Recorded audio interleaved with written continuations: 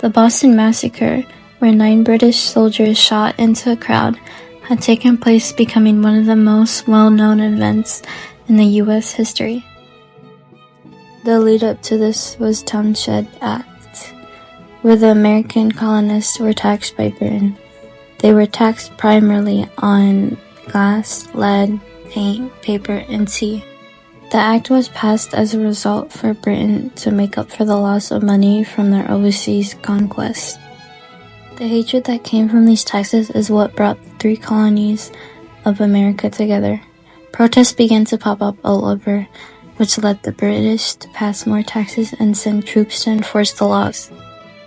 The tensions kept getting higher and higher, with each interaction between soldiers and colonists, a lot of times leading to violence. One of them being the colonists throwing stones at the windows through a customs official's house.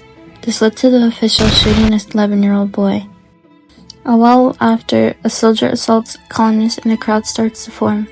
50 people led by Crispus Attucks crowd around the soldier. 7 soldiers led by Captain Thomas Preston arrive with muskets to help the soldier. The men shout, "Fire, fire," and a worried merchant approaches to ask if they really intend to shoot the crowd. The captain responds by saying no, and how he would never intend for that. One of the soldiers, however, is hit with a snowball and responds by shooting. The other soldiers follow and shoot as well. Captain Preston orders for his men to halt, but it was too late. Lying on the ground, not only were there wounded people, but 3 people, including Crispus Attucks, were dead.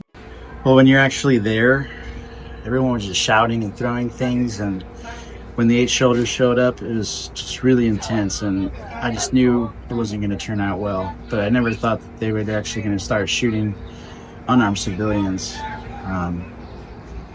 When it happened, I just knew I had to get out of there. The injured gather around Customs House steps. Reinforcements arrive, including the governor. The crowd chases him into the State House, leading him to promise a fair trial if they leave. The next day, Captain Preston and his 8 men are arrested. The 9 soldiers needed someone with no bias to defend them, so John Adams defended the soldiers in court. They were found not guilty of murder, but instead 2 of them were found guilty of manslaughter.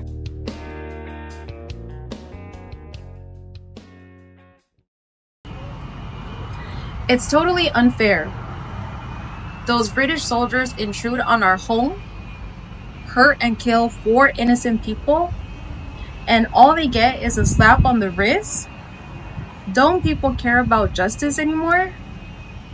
Tell you what, if I was that judge, I would have sentenced them to a public hanging so everyone knows that what they did won't go unpunished.